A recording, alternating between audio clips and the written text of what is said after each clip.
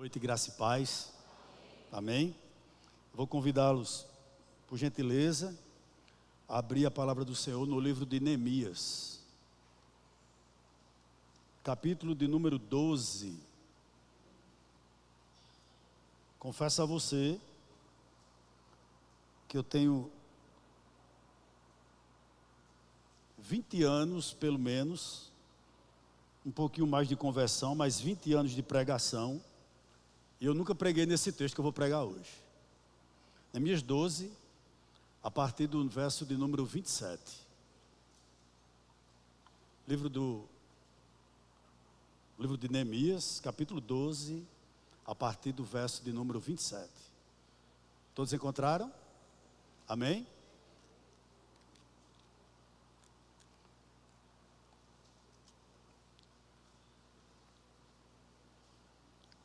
Nós vamos ler do verso 27 até o verso de número 43, nessa noite. A palavra de Deus nos diz assim: na dedicação das muralhas de Jerusalém, procuraram os levitas em todos os lugares onde estavam morando, para fazê-los vir a Jerusalém, a fim de que fizessem a dedicação com alegria, louvores, canto, símbolos, liras e harpas. Reuniram-se os cantores, tanto da campina dos arredores de Jerusalém, como das aldeias dos netofatitas, bem como de Bet-Gilgal e dos campos de Geba e de Asmavete, porque os cantores tinham edificado para si aldeias nos arredores de Jerusalém. Os sacerdotes e os levitas purificaram a si mesmos e depois purificaram o povo, os portões e a muralha. Então ordenei que as autoridades de Judá subissem sobre a muralha e formei 2 grandes coros em procissão. Um deles foi para a direita sobre a muralha, em direção ao portão do monturo. Atrás deles ia Osaías e a metade das autoridades de Judá, e Azarias, Esdras, Mesulão, Judá, Benjamim, Semaías e Jeremias. Também alguns dos sacerdotes com trombetas: Zacarias, filho de Jonatas, filho de Semaías, filho de Matanias, filho de Micaías, filho de Zacur, filho de Asaf, e seus irmãos Semaías, Azarel, Milalai, Gilalai, Maai, Netanel, Judá e Anani, com os instrumentos musicais de Davi, homem de Deus. Esdra, o escriba, ia na frente deles. À entrada do portão da fonte, subiram diretamente às escadas da cidade de Davi, onde a muralha se eleva por sobre a casa de Davi, até o portão das águas, do lado leste. O segundo coro foi na direção oposta, e eu o seguia com metade do povo, sobre a muralha, passando pela Torre dos Fornos, até a muralha larga.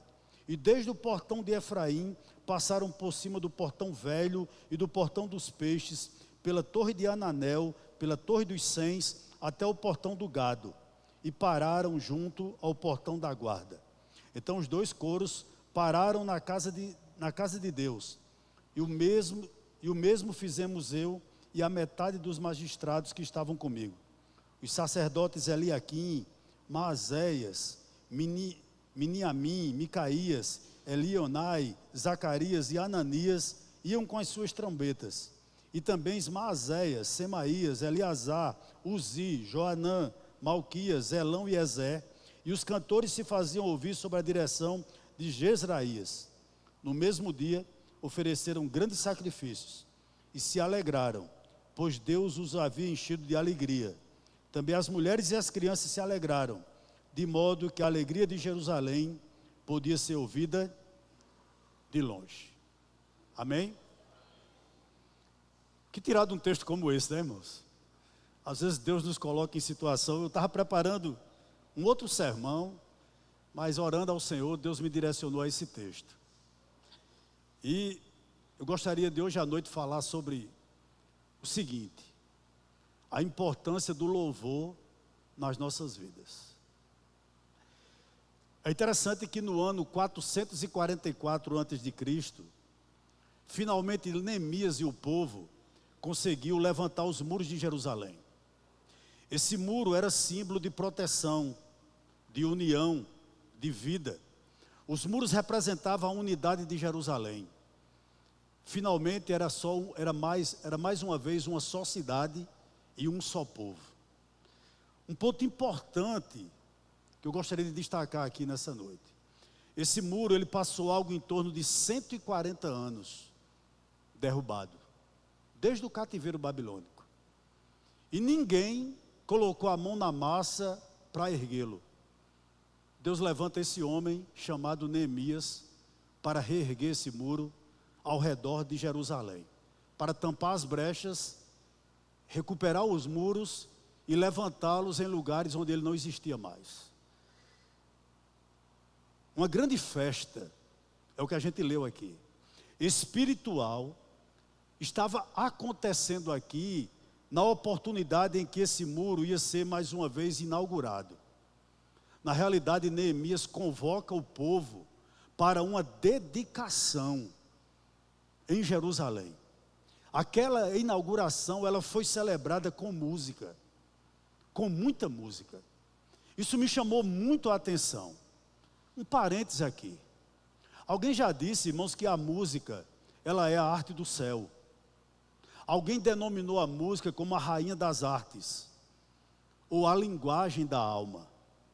É tanto que a música interfere em nossa estrutura muscular. A música, ela altera nosso batimento cardíaco. A música, ela tem a capacidade de mexer até com o nosso sistema respiratório. É tanto que uma melodia interfere poderosamente em nossas emoções. E um louvor, ela pode levar pessoas da alegria às lágrimas, como também da euforia à calma, em poucos instantes. Veja o poder que o louvor tem. Eu gostaria que você atentasse para isso. A música, ela é, sem sombra de dúvidas, um instrumento de comunicação do homem com Deus, mas também de Deus para com o homem. O homem, foi o que nós fizemos agora há pouco, o homem fala a Deus através dos cânticos, e Deus fala aos homens por intermédio da música. Ou seja, a música ou o louvor, como queiram, é um veículo de mão dupla.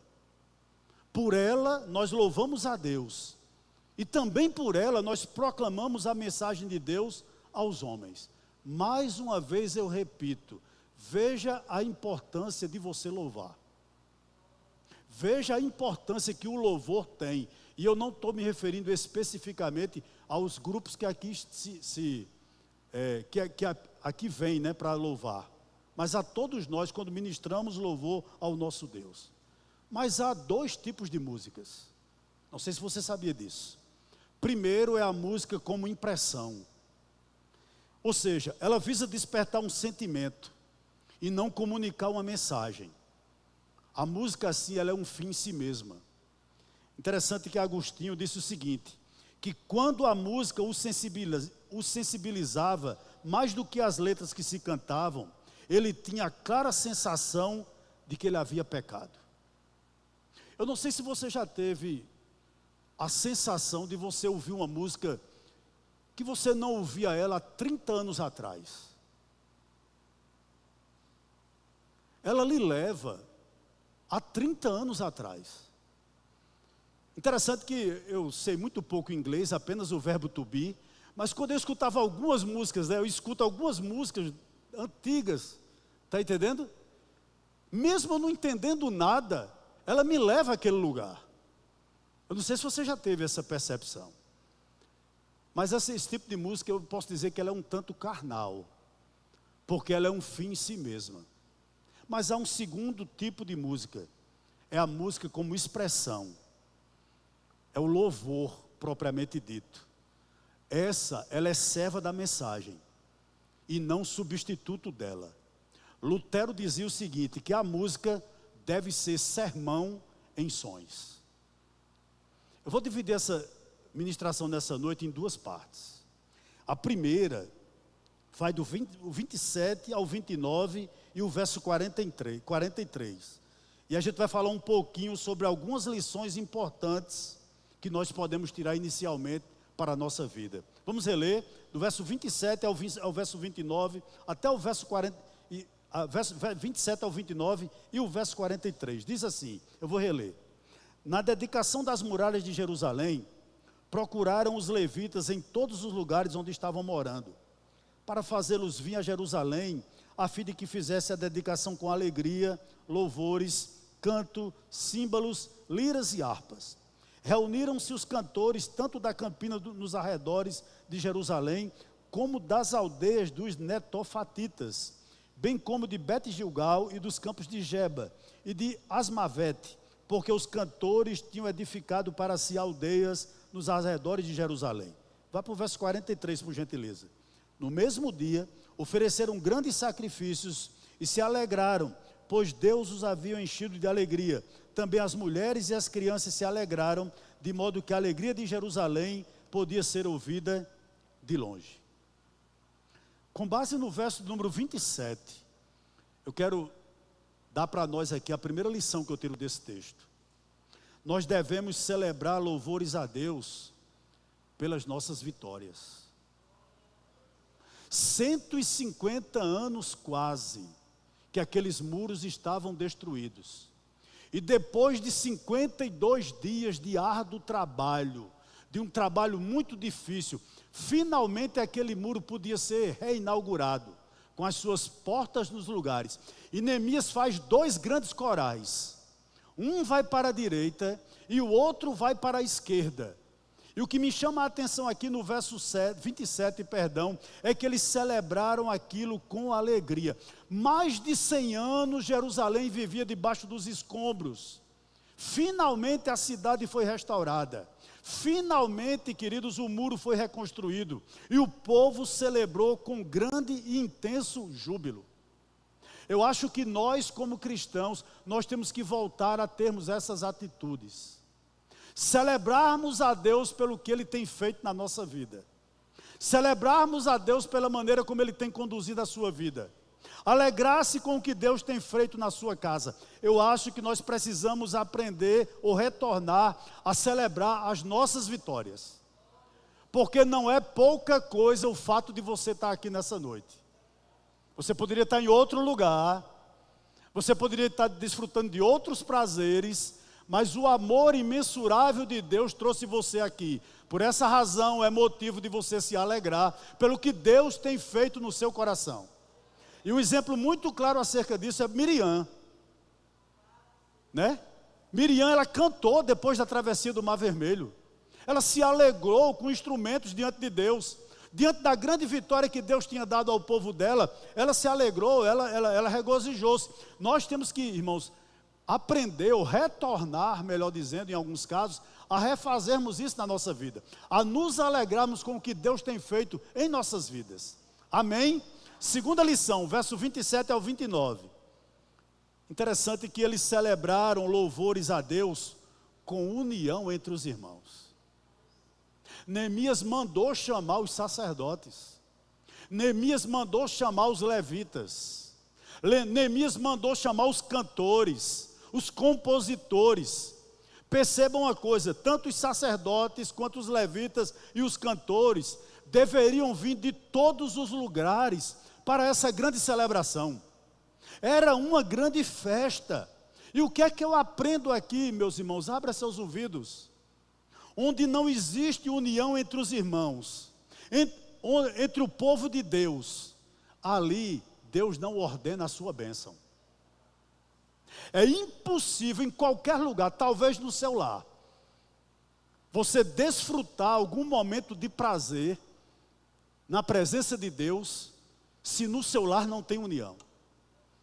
E Neemias manda que chame todos os sacerdotes, todos os levitas, todos os compositores, para que em união eles pudessem celebrar, porque Neemias entendia o seguinte, que onde há união, ali o Senhor ordena a sua bênção, e a vida para sempre. Louvado seja Deus. Uma afirmação para você aqui nessa noite, onde falta comunhão, não há adoração. Você pode ter a vida mais bela do mundo, a vida que eu digo é a voz, eu não me incluo nesse rol, tá certo? Você pode ter a voz mais bela do mundo, Aquela voz que, quando louva, você diz, meu Deus, que tom é esse? Que coisa esplêndida é essa? Mas se você não tem comunhão, Deus não recebe a sua adoração. Onde não existe comunhão, não há adoração. Onde não existe comunhão, a adoração é inexistente. Mas é uma terceira lição aqui, com base no verso 30. Até nós nem lemos, mas eu vou ler agora. Os sacerdotes e os levitas purificaram a si mesmos, e depois purificaram o povo, os portões e a muralha. O que é que eu aprendo aqui? Muitas vezes a gente vem para o culto, né, irmãos? E a gente nem prepara nosso coração. Então nós entramos no culto, e está um momento de louvor, e a gente diz, eu vou cantar. Eu gostaria de dizer a você que você não vai cantar, simplesmente. Você vai louvar ao Rei dos Reis, ao Senhor dos Senhores. Então é primordial o quê? Que você faça o que esses homens fizeram aqui no verso 30. Os sacerdotes, os levitas, eles se purificaram e purificavam o povo. O que é que eu aprendo aqui? Nós devemos chegar diante de Deus, irmãos. Nós devemos vir para um lugar como esse, nós que somos cristãos, com a nossa vida no altar, com vida limpa, com mão santa, porque Deus não recebe nossos cânticos, nossos louvores, se não houver dedicação na nossa vida. Essa é uma grande realidade. O que é que eu estou afirmando aqui nessa noite? Que o louvor, ele faz parte da restauração do povo de Deus. Que o louvor é praticado não porque ele é bonito e nos faz bem, nem porque ocupa lugar no culto ou porque serve para atrair as pessoas. O louvor, ele é fruto de vidas consagradas. O louvor, ele é a expressão viva do próprio Espírito de Deus pelos lábios do seu povo. Veja que coisa extraordinária quando nós fizemos isso aqui. Nós expressamos a Deus com as nossas vidas o que verdadeiramente nós acreditamos sobre Ele. E uma coisa me chamou muito a atenção com base no verso 28. Entre esse povo, existia um povo chamado netofatitas. Essa palavra no hebraico significa destilar gotas de orvalho. Sabe quem era esse povo no louvor, irmãos? Era quem compunha os hinos. Esse povo era quem fazia os hinos, para que o demais povo de Israel, os levitas, eles eram os compositores, pudessem celebrar a Deus com dedicação. Eles eram compositores, mas eles não compunham qualquer coisa. Eles compunham por inspiração. As letras eram dadas aos corais, de maneira que os corais pudessem expressar a verdade daquilo que estava o quê? No coração de Deus. Nós não podemos louvar a Deus de qualquer maneira. Louvor faz parte do culto. Assim como o momento ofertório, assim como esse momento que eu estou fazendo aqui. E pelo amor de Deus, nunca mais diga quando for uma pregação, você dizer o seguinte: nós vamos agora para a parte mais importante do culto. A pregação, ela não é a parte mais importante do culto, o louvor também é, desde que ele seja bíblico. Veja a importância, irmãos, que muitas das vezes nós não percebemos isso. Nós achamos que nós podemos vir aqui de qualquer maneira, pegar uma guitarra de qualquer maneira, um baixo de qualquer maneira, uma bateria de qualquer maneira, um microfone de qualquer maneira, e fazer da maneira que a gente quer, porque enfim nós somos talentosos. E nós aqui também não podemos pensar dessa maneira. Deus não recebe louvores de quem tem mãos sujas, de quem não tem coração limpo. Veja como muitas vezes nós estamos distantes daquilo que Deus requer de nós. Isso é uma grande realidade. Mas vamos prosseguir um pouquinho. Gostaria de lhe fazer uma pergunta. Qual é o caminho a percorrer para o perfeito louvor e adoração? Ou seja, você poderia refazer essa pergunta. Como eu posso, irmãos, prestar um louvor a Deus que Ele receba? Que Ele receba. Interessante que o caminho percorrido pelos corais por esses instrumentistas aqui e pelos músicos, nos sugere, a todos nós que estamos aqui, algumas lições espirituais. Esse caminho que esses dois corais vão fazer, detalhe, por cima dos muros, ele sugere para mim, para você, para os irmãos aqui que fazem parte dos dois grupos do louvor, mas não somente para eles, direções, lições espirituais sobre como nós devemos louvar a Deus. Vamos para elas? Verso 31, por gentileza. Atente para esse verso 31. Olha o que Neemias diz, ele falando: então ordenei que as autoridades de Judá subissem sobre a muralha, e formei 2 grandes coros em procissão. Um deles foi para a direita, sobre a muralha, em direção a quem, irmãos? Em direção a quem? Ao portão ou à porta de quê? Do monturo. Vamos parar um pouquinho aqui. A porta do monturo. Se você quer louvar a Deus de coração, você tem que passar por essa porta. Eu não estou dizendo que você tem que ir a Jerusalém, mas espiritualmente a porta do monturo significa, sabe o quê? A porta do quebrantamento. O que eu estou querendo dizer aqui? Os grupos de louvor e de adoração, eles começam a caminhada sobre os muros, e a primeira porta que um deles vai é a porta do monturo. Interessante que monturo no hebraico significa ruínas, significa lugar onde se amontoa lixo. É exatamente isso. Era conhecido o monturo como o Vale dos Filhos de Inom. O que acontecia aqui?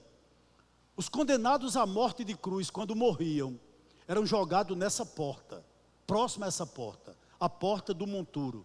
Os animais mortos eram jogados naquela porta também e eram incinerados. Essa porta, ela era uma espécie de forno crematório ao ar livre. Era queimado o lixo da cidade ali. Mas espiritualmente, essa porta nos lembra a miséria de quem nós éramos. Irmãos, louve a Deus com alegria, porque todos nós aqui andávamos errantes, sem nenhuma direção para a nossa vida. Nós éramos pecadores não regenerados. E quando nós entramos na presença de Deus em louvor, nós precisamos nos humilhar. Você precisa reconhecer quem você era nessa porta e se lembrar que você estava morto em suas transgressões e em seus pecados, e eu também.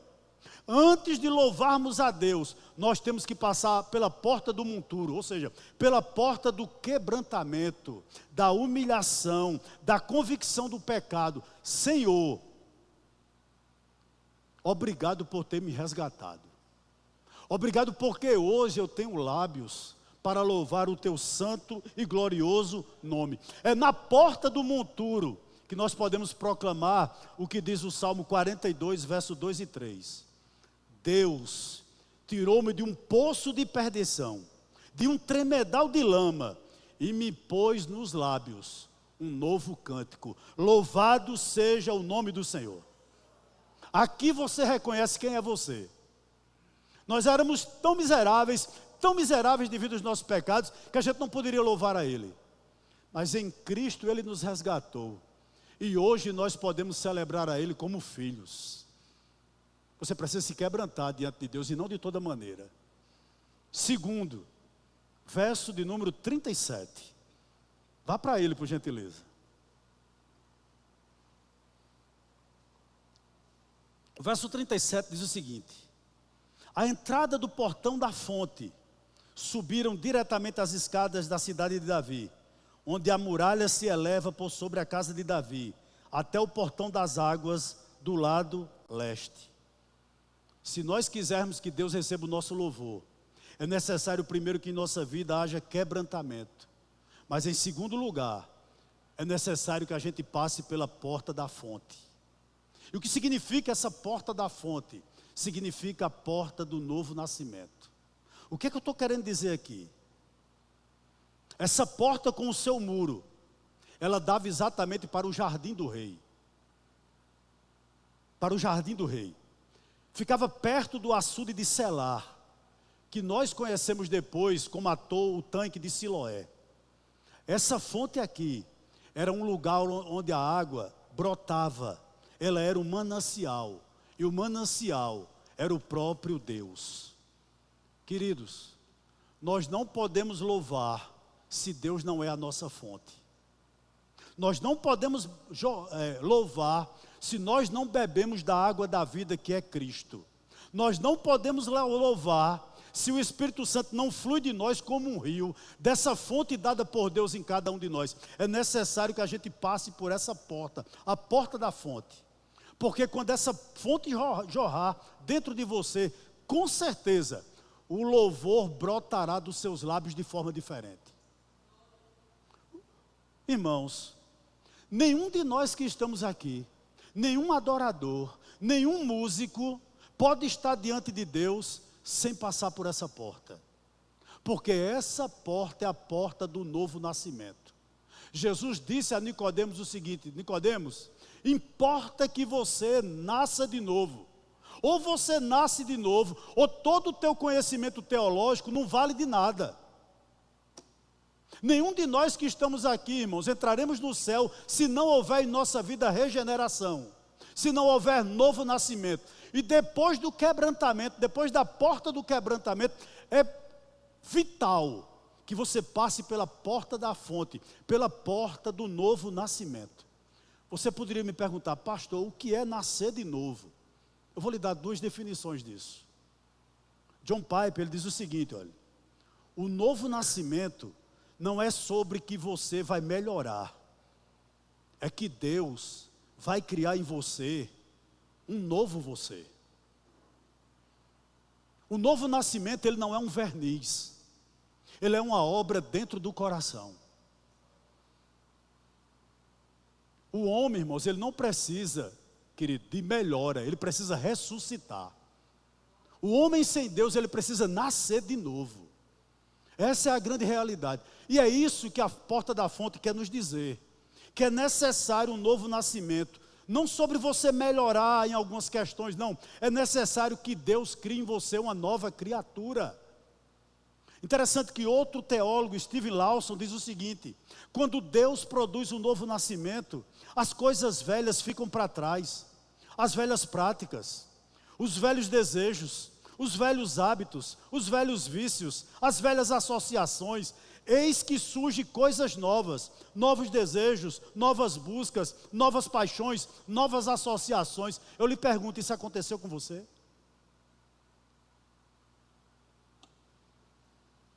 Você já passou por essa porta da fonte?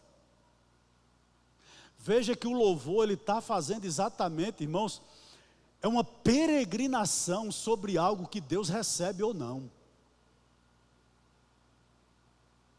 Terceiro, ainda no verso de número 37, ele diz que existia também um portão das águas, do lado leste. O que isso tem a ver comigo e com você? Se você já passou na primeira porta, na segunda porta, você tem que passar agora pela terceira, a porta das águas. Espiritualmente falando, é o enchimento do Espírito. Você precisa se encher do Espírito Santo. E esse é um símbolo do enchimento do Espírito Santo. Isso é válido, irmãos, para todos nós e não apenas para as pessoas que cantam aqui na igreja. Para todos nós. Mas também para quem entoa cânticos ao nosso Deus. Ao passar por essa porta, nós abandonamos o que é carnal. Porque é interessante, queridos. Na relação homem com o Espírito Santo, sempre quem manda nessa relação é o Espírito Santo. Você não tem poder algum para dar ordens ao Espírito Santo, porque o Espírito Santo é Deus.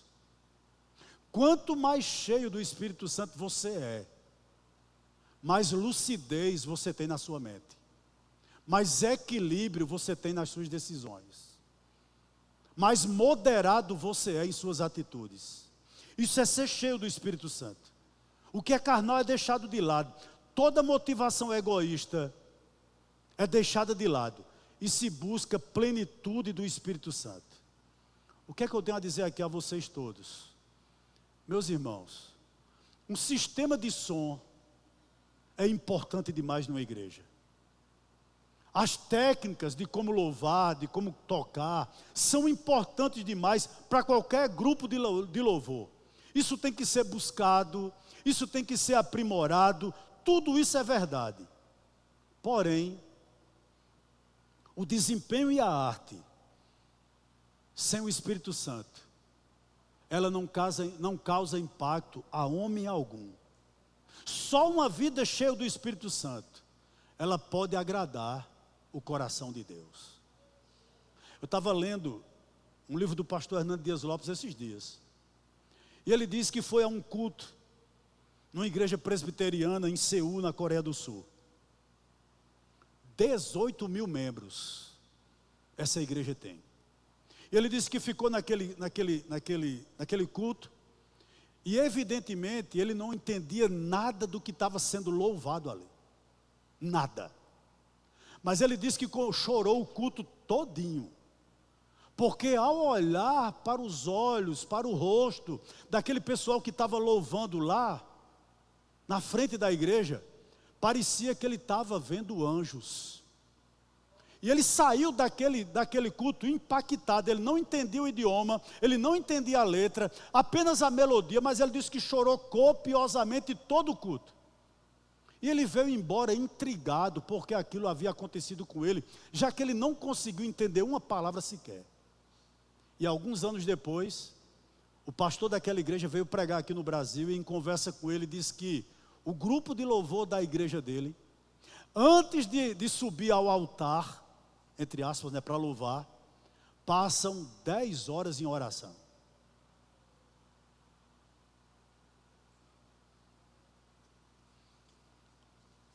Buscando o que, pastor? Enchimento do Espírito Santo. Isso é vital para a vida de qualquer um de nós. Ou nós passamos por essas portas, ou Deus não recebe o nosso louvor. Verso 38. Olha o que o texto sagrado diz. O segundo coro foi na direção oposta. E eu seguia com metade do povo sobre a muralha, passando pela torre dos fornos. Interessante que o segundo coro, o segundo coral, deu de cara com a torre dos fornos. O que isso tem para nos ensinar nessa noite? Forno é símbolo de purificação. Ô meu irmão, talvez você chegou aqui nessa noite e você precise desesperadamente de restauração da sua vida, de restauração da sua adoração. Isso se faz necessário demais na passagem por essa torre aqui, na passagem pelo fogo. Irmãos, eu sei demais disso. E eu não sou tão tolo a ponto de pensar que a única maneira de que nós entramos na presença de Deus é por meio de Cristo. Cristo foi feito pecado por nós, 2 Coríntios 5:21. Eu entendo tudo isso plenamente. Aí eu lhe pergunto, por que eu estou dizendo que é necessário que você passe muitas vezes pela porta dos fornos? O que isso nos ensina? Porque isso é muito fácil nós errarmos nesse ponto, ao pensarmos que purificação ritual pode substituir a pureza do coração. Sabe qual é o meu grande medo, irmãos? É que com 10 anos de crente, com 20 anos de crente, a gente pensa que não tem mais nada para aprender.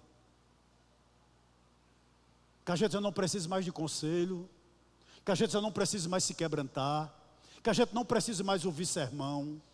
Eu tenho muito medo que isso possa acontecer com alguns de vocês. Não passar na porta do forno, ou seja, não pensar que o sucesso de ontem não é garantia do sucesso de hoje para a nossa vida espiritual.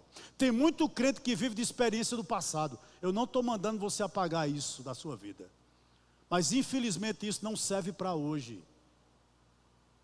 E é necessário que a gente se purifique. Interessante que Jesus expôs esse problema ao dizer que os fariseus lavavam a exaustão o exterior do copo e do prato, ao passo que interiormente eram cheios de hipocrisia e de iniquidade. Se você chegasse para qualquer, por exemplo, um fariseu maior, se você chegasse para Nicodemos, antes daquele encontro crucial que ele teve com Cristo, e perguntasse: Nicodemos, você vai para o céu? Você acha que Nicodemos lhe responderia o quê? Claro que sim. Eu sou mestre em Israel. A consciência cristã de Israel, quem fecha ela todo ano sou eu. Porque eu não vou para o céu. Né? Ele pensava dessa maneira. Mas interessante, meu irmão. Vou lhe repetir mais uma vez para você. Purificação ritual não substitui pureza de coração. Que nós preparemos o nosso coração para adorarmos ao Senhor em espírito e em verdade. Um exemplo disso. Olha, estava na consciência cristã, já sabia disso, mas foi relembrado ao meu coração pelo pastor Augusto Nicodemos. Ele disse que todas as coisas cooperam para o bem daqueles que amam a Deus. Você é crente? Satanás não tem poder sobre sua vida. O que ocorrer sobre a sua vida é permissão do seu pai.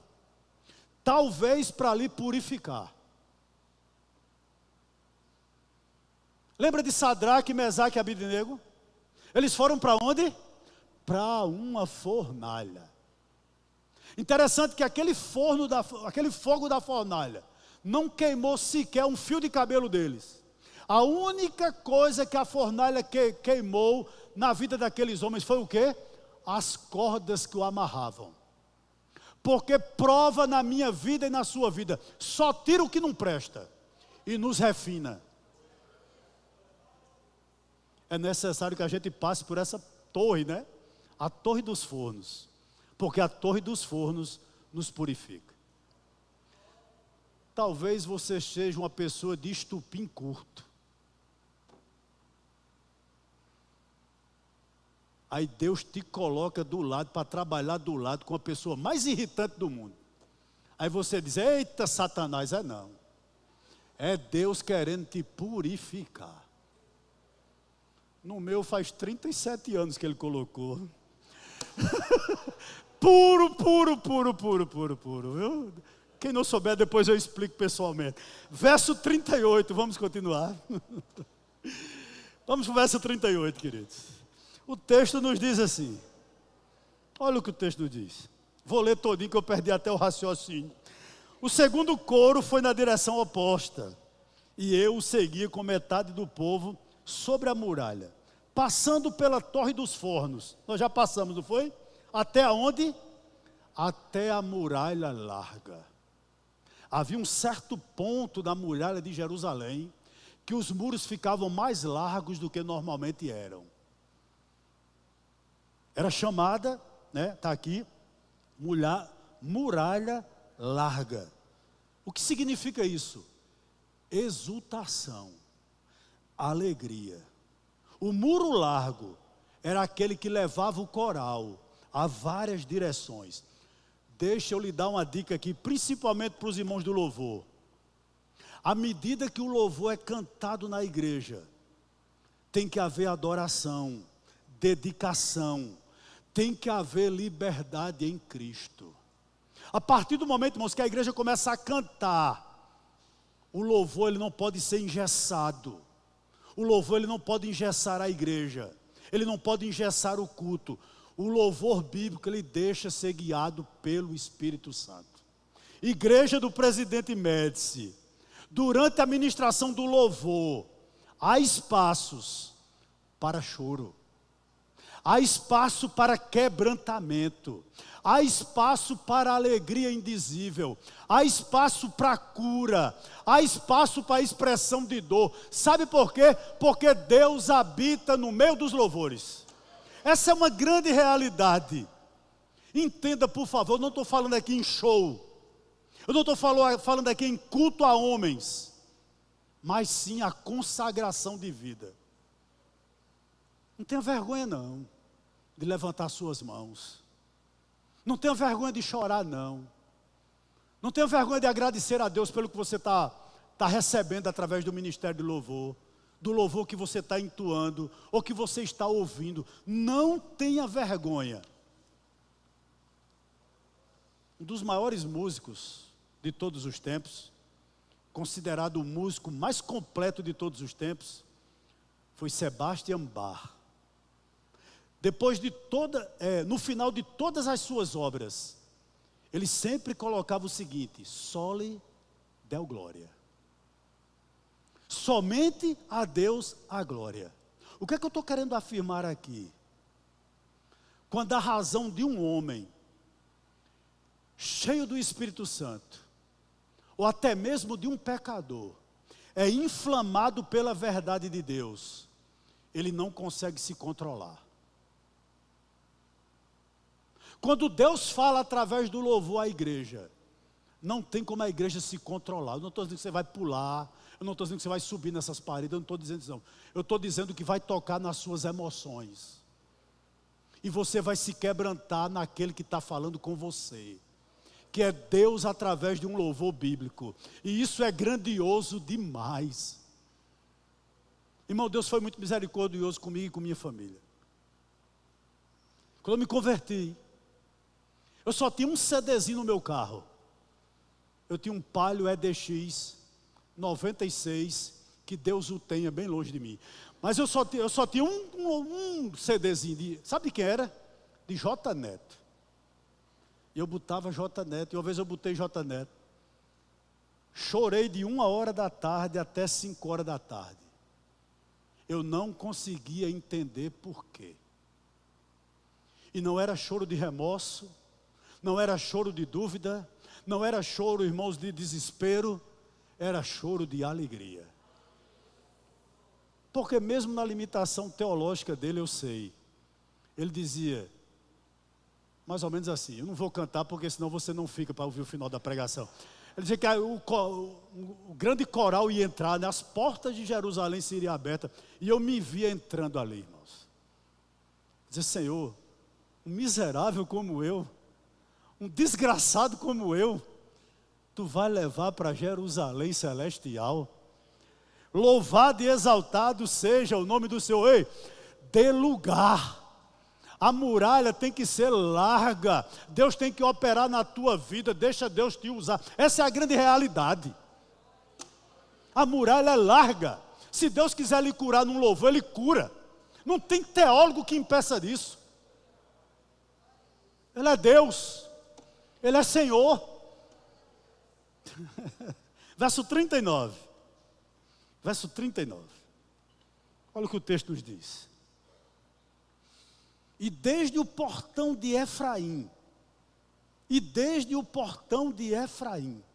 Ou seja, havia outra porta que era visitada por esse coro. Era a porta de Efraim. Espiritualmente, irmão, significa produção de frutos. Eu vou explicar. O nome Efraim significa duplamente frutífero. O que é que Deus está querendo ministrar sobre a nossa vida nessa noite? Sabe o que Deus está dizendo? Um louvor bíblico produz vida no seio da igreja. Veja a importância desse ministério.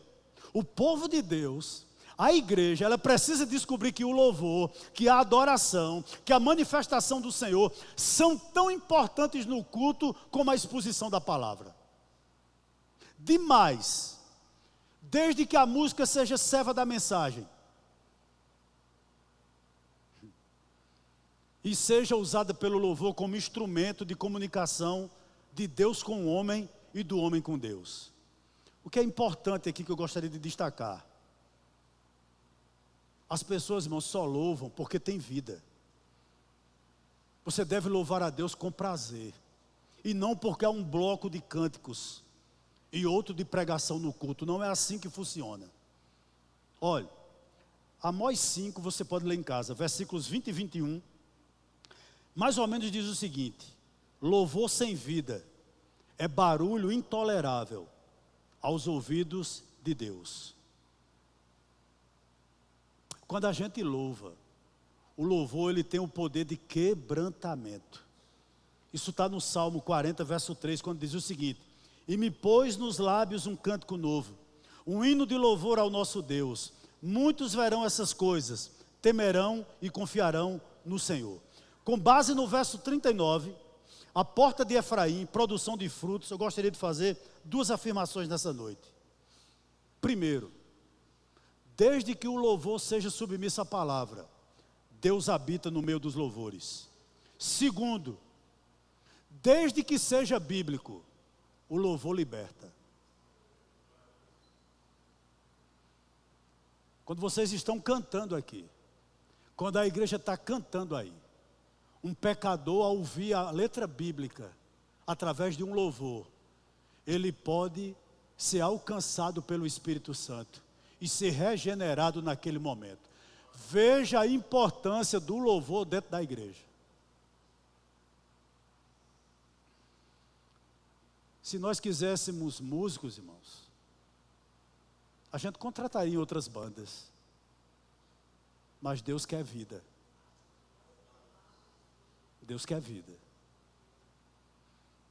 Antes de você fazer a obra de Deus, é fundamental que você seja quebrado por Ele. Guarde isso no seu coração.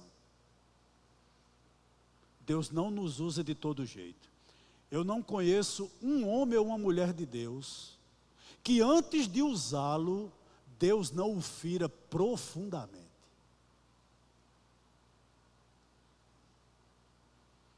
Se você quer ser usado por Deus, quem quer ser usado por Deus, levanta a mão. Bem pouquinho, né? Todos não, né? Pois os que querem, aguarde o que eu estou dizendo. Primeiro Deus trabalha em você, para depois trabalhar através de você. Verso 39. Ainda continuando, né? E desde o portão de Efraim, passaram por cima do portão velho. Interessante que aqui existia uma porta velha. E espiritualmente significa a porta da experiência. O que é isso aqui? Há duas referências sobre esse portão, ou sobre essa porta, nas Escrituras. 2 Reis, capítulo 14, verso 13. Jeremias 31, verso 38. Por que eu estou fazendo esses registros? Porque a porta velha, muitas vezes é chamada na Bíblia da porta da esquina. Ou seja, quando a geografia permitia, era exatamente o lugar onde as muralhas dobravam. Os muros de Jerusalém eram um círculo.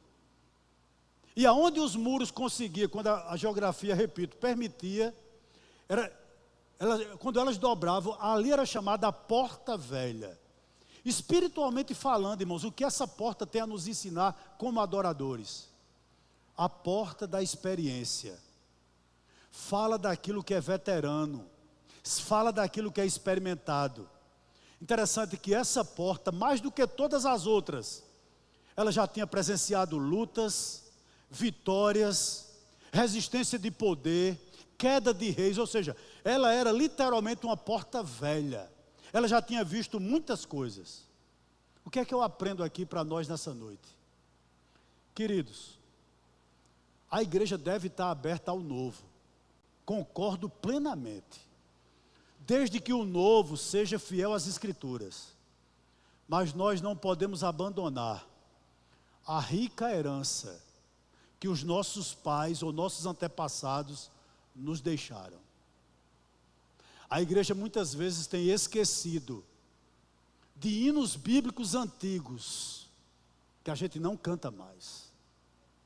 E infelizmente, eu não estou dizendo que a nossa igreja tem se aberto para hinos que nem letra tem, teologia rasa, que Deus vai fazer, que isso vai acontecer, que marcha irmão, que você é campeão, que você é vencedor, que você é o ouro puro de Ofir. Você não é nada disso. Você é pecador resgatado pela graça. Nós temos, irmãos, que retornar, né? Interessante que por 1500 anos, a igreja possuiu a música melhor do mundo. E nós perdemos isso. Nós perdemos isso. Por que eu estou falando dessa porta? Porque ela está diretamente ligada à próxima. Verso 39 ainda, vá para ela. Vá para ele. Depois do portão velho, ele foi para onde? Para o portão dos peixes, ou a porta do peixe. Significa crescimento numérico. O que é que eu estou dizendo aqui? Nessa porta, era onde os peixeiros faziam os seus negócios com o povo da cidade. Uma coisa digna de nota aqui nessa noite. Peixe no Novo Testamento está diretamente ligado à vocação. É tanto que aparece no chamamento dos discípulos, lá na pesca maravilhosa de Lucas, capítulo 5, verso 1 ao verso 11. O que eu estou querendo dizer aqui? Isso é primordial para nós. O louvor, ele tem a capacidade dada por Deus de dar à igreja crescimento numérico. Porta de peixe fala em crescimento numérico, em multiplicação. A igreja que louva e adora cresce em graça e em número. Perceba isso, meus queridos. O que eu estou querendo dizer? O louvor cativa. O louvor, ele atrai jovens para Deus. Ele atrai as pessoas para o reino de Deus. O louvor, ele leva as pessoas para um confronto diante das exigências da palavra. O louvor faz a igreja crescer. Abra seus ouvidos aqui nessa noite. Eu fui pregar em uma igreja já esse ano. E ao término da pregação, uma coisa me chamou a atenção. Um rapaz bem alto, com uma menininha de 8 anos, filha dele. E terminou o culto, aquele rapaz veio até onde os instrumentos estavam. E ele passou meia hora rodeando a bateria. E eu vendo que ele estava louco para sentar. Mas não fez isso. Eu estava sentado de lado. E ele veio e sentou do meu lado. E ele disse: pastor, esse carnaval eu fui contratado para tocar os 4 dias. Eu vou, não bebo. Levo minha família toda. Levo minha filha, minha outra filha e a esposa. Mas uma coisa que eu adoro é instrumento. Eu fiquei encantado por essa bateria. E ele disse o seguinte: um dia eu me converto só para vir tocar nessa igreja. O louvor, ele tem esse poder de cativar, de chamar, de atrair. Eu particularmente tenho uma admiração muito grande pelo louvor da igreja do pastor Luiz Vieira. Cresce numericamente demais. Como Deus tem despertado naquela igreja talentos, dons. O louvor, quando ele é de Deus, ele tem essa capacidade de fazer com que a igreja cresça, de atrair pessoas para ele, sabe? Não porque vão ser músicos, mas de se encantar pelo que é cantado. Importância do louvor aqui nessa noite. Dá crescimento numérico à igreja. Atente para isso. O pessoal que chega na igreja tem que saber o que a gente está cantando. E se encantar com as nossas músicas. E não precisa fazer show. E isso vale para todos nós. Basta que nós cantemos a palavra. É ou não é? É a realidade. Irmãos, quem liberta, eu sei que é a palavra. Seja ela ministrada ou cantada. Se nós cantamos louvores bíblicos, com certeza o Espírito Santo há de acertar o coração de alguém. Louvado seja o nome do Senhor por isso. Olha o que diz 43, Salmo 43. Coloca aí, Wellington, por favor. Para botar? Salmo 43. E me pôs nos lábios um cântico novo, um hino de louvor ao nosso Deus. Muitos verão essas coisas, temerão e o quê? E confiarão no Senhor. Por meio do louvor, pecadores podem se render ao Senhor. Estamos já terminando, viu? Para vocês irem para a consciência cristã. Diz que hoje tem um pregador misterioso, né? Não é? Segundo misterioso. Eu vou lhe dizer quem é logo. Sou eu, vou só botar o paletó e vou para lá. Brincadeira. Verso 39, vamos para ele ainda. Verso 39. Depois de passar pelo portão velho, pelo portão dos peixes, eles passaram pela torre de Ananel. Interessante, queridos. Aqui significa, Ananel significa a misericórdia de Deus. Sabe o que eu aprendo aqui? Não há ministério mais atacado pelo diabo do que o louvor. E eu não estou dizendo que o daqui está sendo, estou só expondo. É o lugar onde existe mais atritos. É o lugar onde existe mais descontentamento. É o lugar onde existe mais polêmica, mais divisão. Tudo é levantado muito no louvor. Quem está por trás? Você acha que quem está por trás? Irmãos, o nosso adversário, ele tem trabalhado tanto na área de louvor e na área de pregação. Infelizmente, a igreja evangélica brasileira, ela é mal servida de pregadores. Graças a Deus que a consciência cristã trouxe muita consciência cristã para os nossos púlpitos. Existem muitos colegas aqui, muitos bons pregadores, mas infelizmente a gente vai em determinados lugares que a palavra não é exposta. O louvor não sabe o que canta. E eu acredito que tudo isso é obra do maligno. Sabe por quê? Quando o diabo ele não entra pela porta da frente com um desvio moral, ele entra pelos fundos, colocando hereges no púlpito.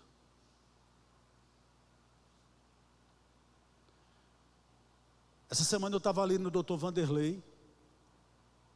Eu disse a você que Deus ultimamente tem me usado nesse confronto. E eu não tenho me acovardado. E uma pessoa veio me dar um panfleto e disse: eu posso orar pelo senhor? Eu digo: pode.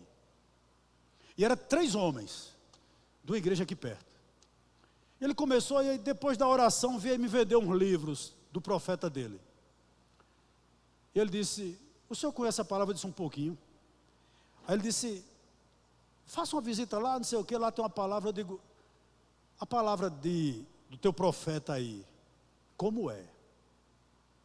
E ele não soube responder. Eu disse: é inspirada? E enfim, nós conversamos muito. Eu só disse a ele uma coisa: toda vez que um falso mestre ocupa um lugar no púlpito, ele causa desgastes dentro da igreja que muitas vezes são irreparáveis.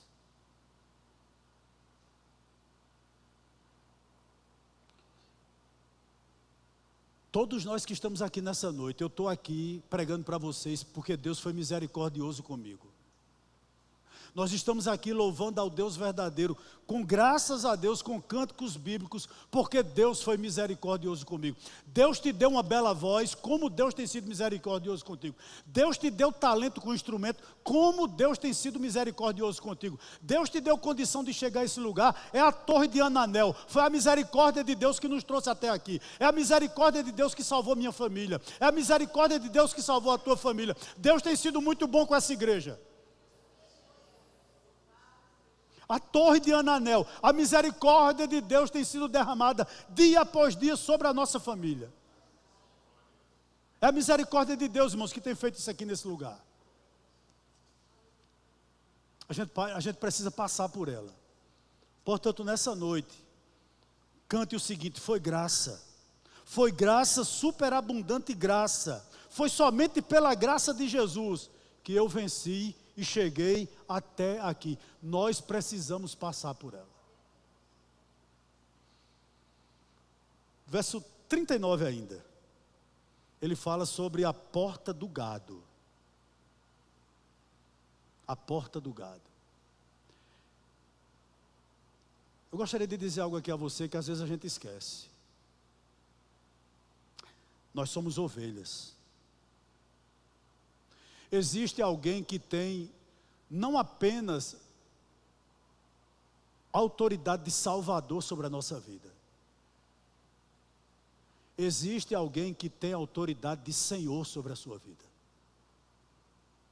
Jesus não é salvador de quem ele não é Senhor. A porta do gado aqui era a porta do gado miúdo, a porta das ovelhas. O que ele está dizendo aqui é que nós que Se queremos ser adoradores, nós temos que ser ovelha. E ovelha se alegra na companhia do pastor. Eu posso lhe fazer uma pergunta? Quando você vai tomar uma decisão na sua vida, você pergunta a Deus se Ele aprova? As mudanças que são feitas na sua vida, são feitas segundo o seu coração ou segundo o coração do seu pastor? Nós temos um pastor, irmãos. Outra coisa, será que nós somos satisfeitos com a provisão dEle? O que Deus tem colocado na tua mesa, tu és satisfeito com isso? É a provisão dEle. É o que Deus tem te concedido, teu salário é o que Deus tem te concedido. Você tem sido satisfeito com isso? Ou você precisa negligenciar a vida com Deus, em busca de sonhos terrenos? Nós somos rebanhos de Deus. Você sente segurança? Segurança, ô irmão. Eu peço a Deus demais para não morrer como um covarde. Ou como eu peço isso a Deus. Eu acho que a coisa mais triste do mundo é quando chegar a hora de morrer, a gente está com medo. Eu peço a Deus, Senhor, na hora de morrer, que eu não tenha mais o que fazer, só morrer. Interessante que o pastor Jamerson, na última escola bíblica, né, fazendo uma alegoria aqui, ele disse, eita, quando a gente chegar no céu, aí Dinaldo vai dizer, ô pastor, que bom que o senhor chegou. Aí irmão Francisco vai estar lá e vai dizer, ô Dinaldo, que bom que você chegou. Lucimar vai estar lá e dizer, eita irmã Fátima, eu estou alegre com você. E eu pensando ali, tomara que nessa lista eu fique por último.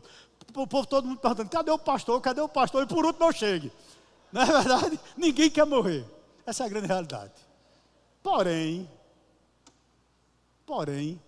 nós temos segurança de que nós temos um lar eterno.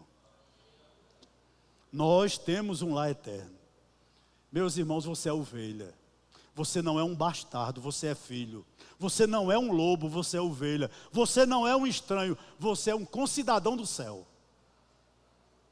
Portanto, dê glória a Deus, porque muitas vezes esse pastor tem colocado cajado sobre você, eu estou dizendo ele trazido de volta para o caminho. É necessário que a gente passe por essa porta. E por fim, diga amém. Diga amém, senão não termina não, e você não vai ver o misterioso não. Ainda no verso 39. Por fim, verso 39. E pararam junto ao portão de quem? Da guarda. Era a última porta. Interessante, irmãos. Nessa porta aqui, os dois corais se encontravam. Mas se encontravam para quê? Para juntos descerem à casa de Deus. Eles iam finalmente para o templo, construído por Zorobabel, né? Mas interessante, antes de ir, havia uma inspeção. Os sacerdotes ficavam olhando quem podia entrar ou não. O que é que isso aqui me diz? Que todos nós que estamos aqui, um dia seremos passados em revista. Na porta da guarda. E aqui é feita uma avaliação, era feita uma avaliação da condição espiritual de cada adorador. Eu posso lhe dizer algo aqui nessa noite para a gente terminar? Deus sempre vai exigir de você consagração. Deus sempre vai exigir de você verdade no íntimo. Deus sempre vai exigir de você que você seja um adorador aprovado. Irmãos, a gente sabe por demais que Deus não habita em templos feitos por mãos humanas. Aí eu lhe pergunto, aonde Deus habita? Responda aí. Sabe não? Bata-se no peito. É ou não é? Ele habita aqui. O Espírito Santo, você não crê não? Ele habita em você. A minha pergunta é o seguinte: o que você tem feito com o seu corpo? Ele não é templo e morada do Espírito Santo? Então, se ele é templo e morada do Espírito Santo, eu posso dizer que é a casa de Deus. Ele habita hoje conosco. E a minha pergunta é: você glorifica a Deus com o seu corpo?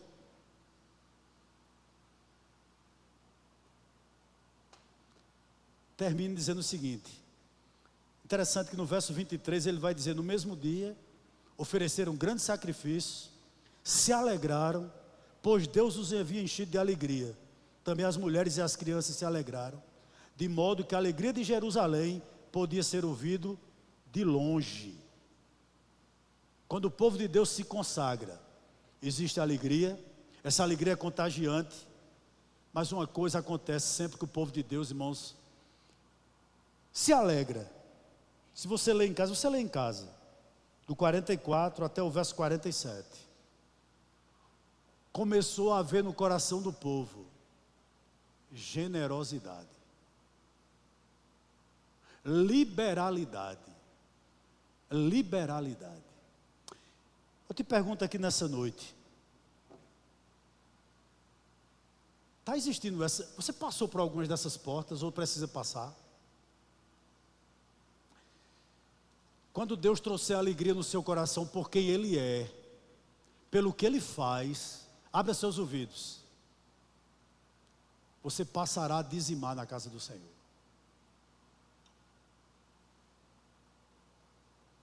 Sabe por que nós não dizimamos?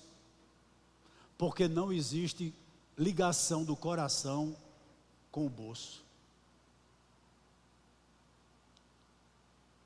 É simples, irmãos.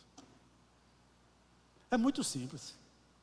O povo se alegrou tanto, o povo era tão consagrado, que eles começaram com liberalidade, trazendo os dízimos e as ofertas para os sacerdotes. Eu não sou da Universal, graças a Deus por isso. Estou só apenas pregando para você a palavra. Quando há alegria no coração, quando há quebrantamento no coração, a gente abre os bolsos de forma liberal. Certo? Isso acontece com você? E se você for dar dízimo e oferta aqui na igreja constrangido, não dê. Porque antes do seu dízimo, Deus quer a sua vida. E o dízimo só vem quando a vida vem. Quando a vida não vir, um cara dizima um mês um não, 2 não dizima. Porque falta liberalidade e alegria. Talvez a gente precise passar por algumas dessas portas, por algumas dessas torres. E eu espero que você passe para que finalmente Deus receba o seu louvor. Amém?